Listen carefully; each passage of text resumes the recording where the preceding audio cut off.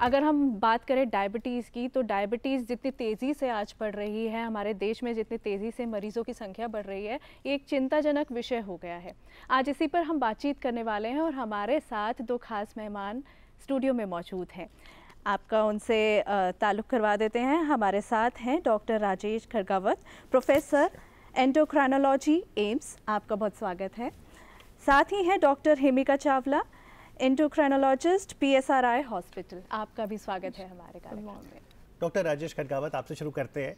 जब हमने कुछ भी खाया, ज़रूरी नहीं मीठा, तो क्या फिर वो शुगर बनाता है और फिर ब्लड में शुगर बढ़ क्यों जाती है? जब भी हम कोई चीज़ खाते हैं तो उसका पाचन होता है और पाचन के बाद 3 तरह के तत्व उसमें से निकल के हमारे खून में मिलते हैं। एक प्रोटीन होता है, एक कार्बोहाइड्रेट है और एक फैट है।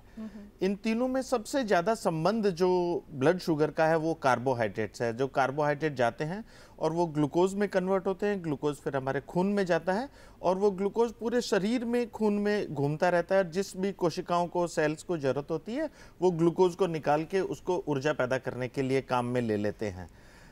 और इस ग्लूकोज कितना खून में जाएगा, कैसे स्टोर होगा, इस सब को कंट्रोल करता है एक हार्मोन जो हमारे पेनक्रियाज में बनता है, जिसे हम इंसुलिन कहते हैं। तो या तो पेनक्रियाज से इंसुलिन बनना बंद हो जाए, जैसा कि टाइप 1 डायबिटीज़ में होता है कि इंसुलिन बनता ही नहीं है तो हमें बाहर से देना होता है, या फिर पेनक्रियाज इंसुलिन तो बना रहा है लेकिन वो इंसुलिन इफेक्टिव नहीं है, वो काम नहीं कर पा रहा है।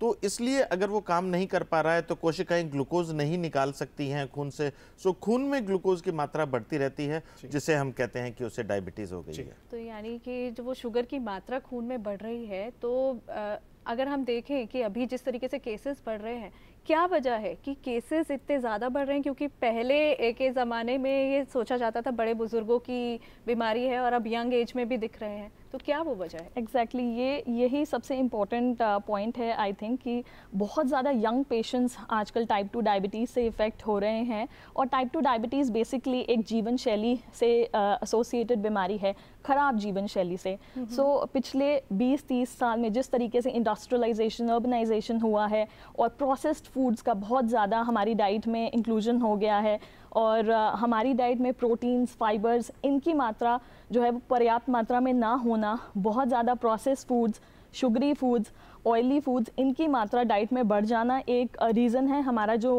खान पान चेंज हुआ है, आज से 50 साल पहले हम देखें तो हम एक मिलेट रिच कंट्री थी, हम मिलेट्स का यूज़ करते थे, हम फाइबर्स का यूज़ करते थे। आजकल हम आटा भी पैकेज्ड यूज़ करते हैं जिसमें चोकर की, फाइबर की मात्रा बहुत कम है।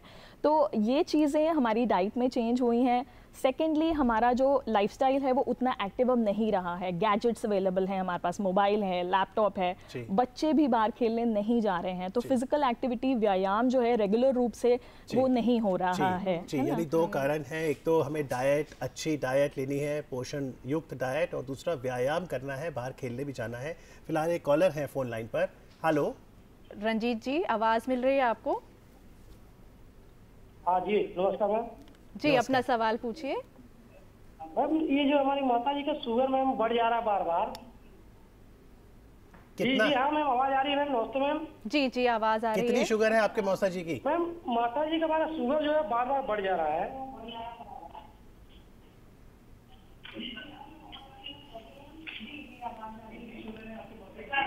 अर्जेंट में शुगर है, फास्टिंग 263 और पीपी है सर 285।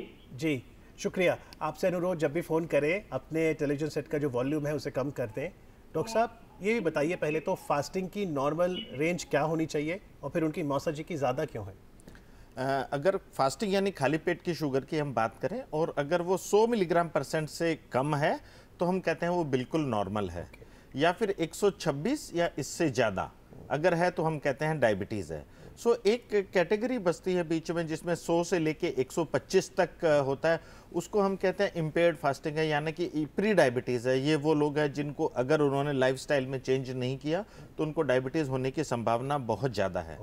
अब इनके मौसा जी की बात करें कि ये कह रहे थे कि फास्टिंग 263 है, 263 फास्टिंग बहुत ज़्यादा है, और हो सकता है कि कोई इलाज चल रहा है या नहीं चल रहा है। साथ में हमें ये भी देखना पड़ेगा कि फास्टिंग इतनी ज़्यादा है तो हो सकता है शरीर में कोई इन्फेक्शन हो, वो भी हमें रूल आउट करना पड़ेगा, और उसके बाद हमें सही दवाई देनी पड़ेगी। अगर वो टैबलेट्स नहीं ले रहे हैं तो पहले हमें टैबलेट से ट्राई कर सकते हैं, और अगर टैबलेट्स ले रहे हैं तो उस स्थिति में संभव है कि कुछ टाइम के लिए हम इंसुलिन दे के शुगर कंट्रोल करके, अगर उनका लाइफस्टाइल इंप्रूव होता है तो हम वापस टैबलेट पे भी आ सकते हैं। सो उन्हें सलाह है कि आप नज़दीक के अपने फिजिशियन से एक बार दिखा लें, बात कर लें, कंसल्ट कर लें, जिनको अब रेगुलरली दिखा रहे हैं, और उसके बाद हम आगे जी। लेकिन जो ब्लड शुगर लेवल्स हैं हम सब नोट करें, फास्टिंग में 100 से नीचे, जैसे डॉक्टर साहब ने कहा, नॉर्मल है। 100 से 125 प्री डायबिटिक, जिन्हें लाइफस्टाइल और अच्छा करना पड़ेगा, नियंत्रित करना पड़ेगा। 126 से ऊपर है तो डायबिटीज़।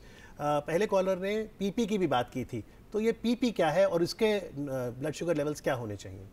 आइडली जब हम किसी पेशेंट को डायग्नोस करने के लिए डायग्नोस्टिक पर्पस से ब्लड टेस्ट कराते हैं तो हम ब्लड ग्लूकोज एक OGTT टेस्ट कराते हैं, जिसमें हम ब्लड ग्लूकोज फास्टिंग में टेस्ट करते हैं, जैसे कि सर ने बताया, और उसके बाद हम एक 75 ग्राम ग्लूकोज लोड देते हैं खा के बाय माउथ, और 2 घंटे बाद हम ब्लड ग्लूकोज फिर से चेक करते हैं। इसकी वैल्यू एक नॉर्मल इंसान में 140 मिलीग्राम पर डेसीलीटर होनी चाहिए। अगर ये मात्रा 200 या उससे ऊपर जा रही है उसे हम डायबिटीज़ कहेंगे, और अगर ये 140 से 199 के बीच में है तो इसे हम प्री डायबिटीज़ की कैटेगरी में रखेंगे। ग्लूकोज वाले को ही पीपी पोस्टप्रांडियल बोलते हैं। ये हम डायग्नोस्टिक पर्पस के लिए यूज़ करते हैं। फिर उसके बाद जब कोई पेशेंट डायग्नोस हो गया है डायबिटीज़ के लिए, तो हम जब रेगुलर मॉनिटरिंग करते हैं तो खाने से पहले या फिर fasting, our and overnight fasting के बाद जो है हम उसे फास्टिंग वैल्यू मानेंगे, और खाने के 2 घंटे बाद वाली वैल्यू को हम पीपी वैल्यू मानेंगे। उसका भी हमारा कट ऑफ जो है, डायबिटिक अगर आप हैं तो 180 के नीचे हमें उसे रखना है, और 200 के ऊपर है तो वो क्लियरली डायबिटीज़ की कैटेगरी में है। एक और कॉलर है जो हमारे साथ जुड़ गए हैं। जी संजीव जी, बताइए।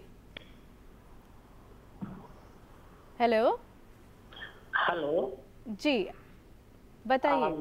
मैं संजीव बोल रहा हूँ दिल्ली से। जी नमस्कार, मैं आपका प्रोग्राम लाइव देख रहा हूँ। मैडम मेरी उम्र 51 के करीब है, तो मेरी हर क्वार्टरली अपने आप ही शुगर लेवल बढ़ जाता है। नॉर्मली 140 आता है, पर कभी कभार अपने आप ही 180 पासिंग रह जाता है। मैं वैसे मॉर्निंग वॉक करता हूँ, मतलब मेडिसिन वगैरह ले रहा हूँ, लेकिन वो एकदम ही ड्रास्टिक अपग्रेड नहीं हो जाती। मैं क्वेश्चन ये था संजीव जी, आप मेरे को फील, और जब बढ़ती है तो मेरे को कोई फीलिंग नहीं आती, ना मेरा स्वेटिंग होती है, ना मेरा मुंह मीठा होता है, ना मुझे थकावट होती है।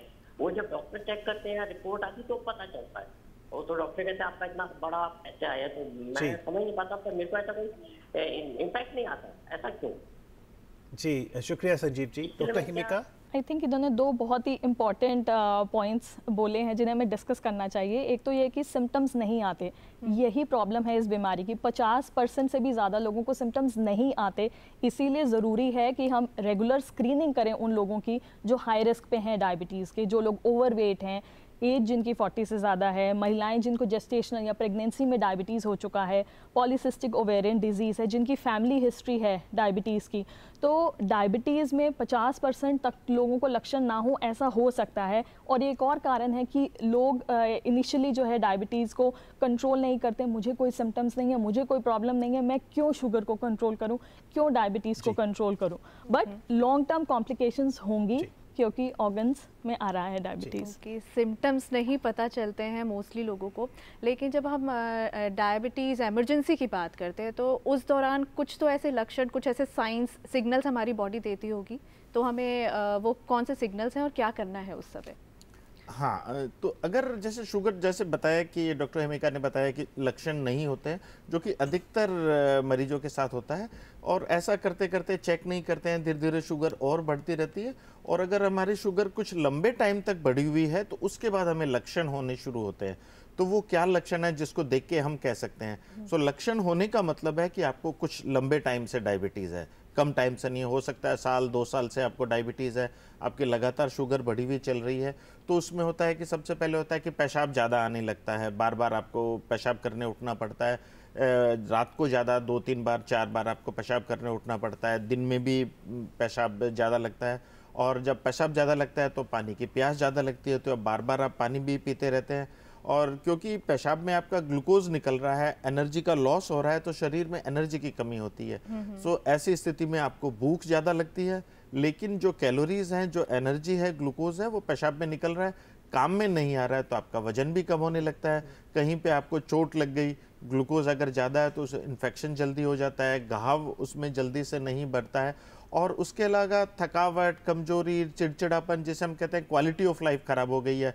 सब कुछ, कोई भी तकलीफ नहीं है लेकिन अच्छा नहीं लग रहा है, काम नहीं कर पा रहे हैं, वजन कम हो रहा है, एक ही चीज़ पे कंसंट्रेट नहीं कर पा रहे हैं। सो ये कुछ लक्षण हैं जिसमें शुगर अगर लगातार बढ़ी हुई रहे तो इसमें इस तरह के लक्षण होते हैं। लेकिन मैं फिर दोहराना चाहूँगा कि अधिकतर पेशेंट में डायबिटीज़ के बढ़ी हुई शुगर के लक्षण नहीं होते हैं। जी बिल्कुल। पटना चलते हैं, अखिलेश जी हैं फोन लाइन पर। हेलो जी अपना सवाल पूछिए। सर एक्चुअली मेरा एज जो है 35 है और मेरा वेट आपको 85 है। मैं ओवर वेट चल रहा हूँ सर। जी डॉक्टर मेरा ओवर वेट है सर, और मैं चाहता हूँ क्या क्या जरूरी टेस्ट है जो गुजरना चाहिए मुझे। मैं रूरल एरिया में रहता हूँ फिलहाल, गाँव में ही, अच्छे खासे लाइफ स्टाइल में हूँ, नॉर्मल, ज्यादा बाहरी फूड नहीं, जंक फूड नहीं, फिर भी मैं चाहता हूँ सर वेट लॉस करूँ, और क्या प्रॉपर टेस्ट मुझे करवाने होंगे वो थोड़ा गाइड कर दीजिए डॉक्टर साहब। आई थिंक बहुत ही इंपॉर्टेंट प्रॉब्लम, मोटापा जो है बहुत तेज़ी से बढ़ रहा है हमारे देश में। कारण सिमिलर है, गलत खान पान, अनियमित खाना और लैक ऑफ एक्सरसाइज, और मेन ड्राइवर जिसे हम कहें डायबिटीज़ का जो है मोटापा ही है। एक रफ आइडिया जो हम ले सकते हैं कि जितना आपका हाइट है उसमें से अगर हम 100 माइनस कर लें तो वो हमारा करीब आइडियल वेट होना चाहिए। जैसे अगर हमारी हाइट 165 सेंटीमीटर्स है तो हमारा वेट करीब 65 होना चाहिए। तो एक रफ आइडिया हमें लगेगा कि इससे ज़्यादा अगर हमारा वज़न है तो वो ज़्यादा है। अगेन इसको मैनेज कैसे करें, जैसे इन्होंने पूछा, ऑफकोर्स मोटापा है तो हमें डायबिटीज़ के लिए, कोलेस्ट्रॉल हाई तो नहीं है इसके लिए, हाइपरटेंशन के लिए, इन सारी चीज़ों के लिए अपने आप को डॉक्टर के पास जाके चेक करवाना चाहिए।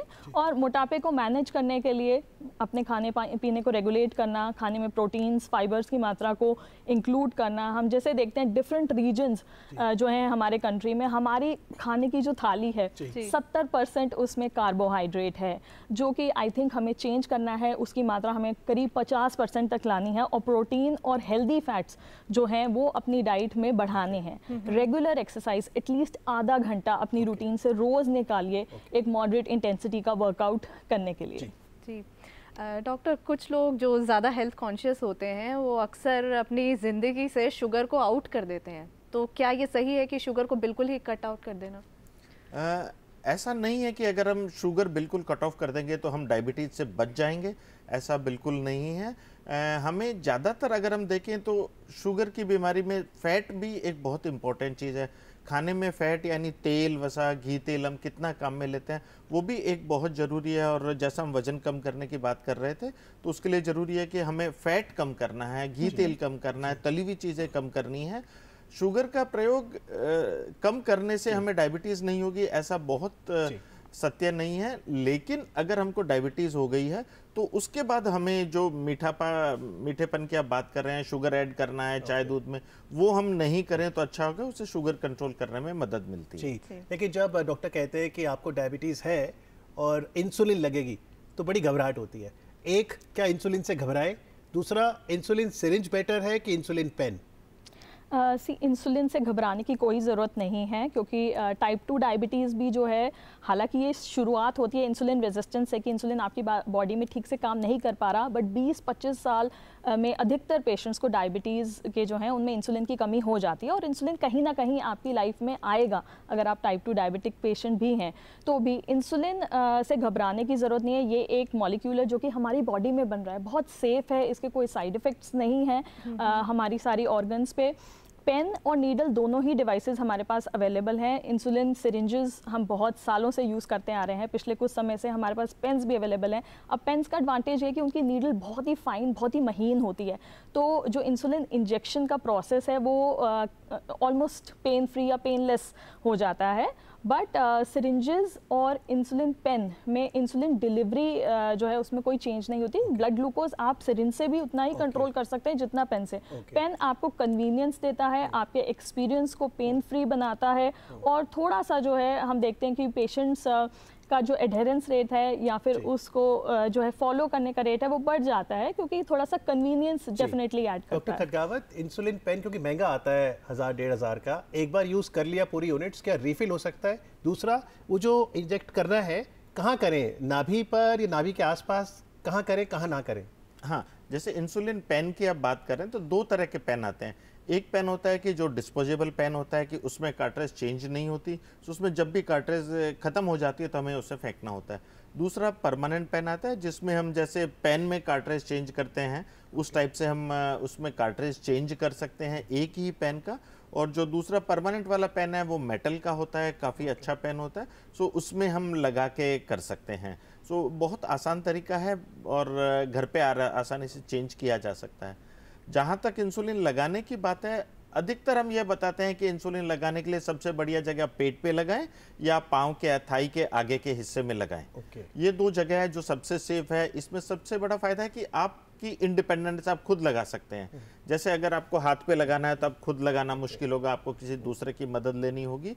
और ध्यान ये रखना है कि इंसुलिन लगाने तक 2 इंच का एरिया जो नाभि के चारों तरफ है उसको छोड़ के हमें लगाना है। लेकिन सबसे इम्पोर्टेंट चीज़ है कि हमें एक ही जगह बार बार नहीं लगाना है, जिसे हम कहते हैं कि रोटेशन करते रहना, पूरे पेट पे आपको घुमाते रहना है, एक बार सुबह इधर तो शाम को इधर। ये रोटेशन बहुत ज़रूरी है। अगर रोटेशन हम नहीं करते तो उस जगह पे गांठ होने का खतरा रहता है, जिसे हम लाइपो हाइपरट्रॉफी कहते हैं। और ऐसा अगर हो जाता है तो वहाँ पे इंजेक्शन लगाए तो इंसुलिन कितना खून में जा रहा है इसका हमें पता नहीं चलता है। सो रोटेशन इंपॉर्टेंट है, पेट इंपॉर्टेंट है, और हम पाँव के आगे के हिस्से, थाई के एंटीरियर सरफेस में, सामने के साइड में भी लगा सकते हैं। जी, आखिरी सवाल, जब लगा लिया तो कितनी देर बाद खाना खाएं? ये डिपेंड करता है हम कौन सा इंसुलिन यूज़ कर रहे हैं। तो हमारे पास ऐसे इंसुलिन भी अवेलेबल हैं कि जिन्हें हम तुरंत लगा के 5 मिनट या 10 मिनट के अंदर खाना खा सकते हैं, और ऐसे भी हैं जिन्हें लगा के हमें आधा घंटा करीब वेट करना पड़ता है। इंसुलिन की वैरायटी अलग है, इंसुलिन भी अलग प्रकार के हैं। तो वो इसी के लिए डॉक्टरी सलाह इंपॉर्टेंट है। ज़रूरी है हम अच्छे से समझ लें कि हम किस प्रकार का इंसुलिन यूज़ करें और खाना हम उसके कितनी देर बाद खा सकते हैं। सो 5 मिनट से लेके 25 मिनट तक एक एवरेज है, डिपेंडिंग अपॉन हम कौन सा इंसुलिन यूज़ कर रहे हैं खाने के लिए। और इसके अलावा हमारे पास कुछ बेजल इंसुलिन्स भी होते हैं जो कि हम दिन में सिर्फ एक ही बार देते हैं, जो कि हमारा बेजल दिन भर का जो रिक्वायरमेंट है इंसुलिन का उसको फुलफिल करते हैं।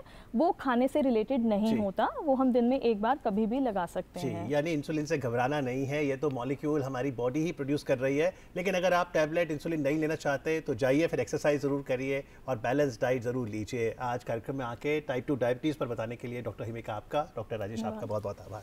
Thank you so much.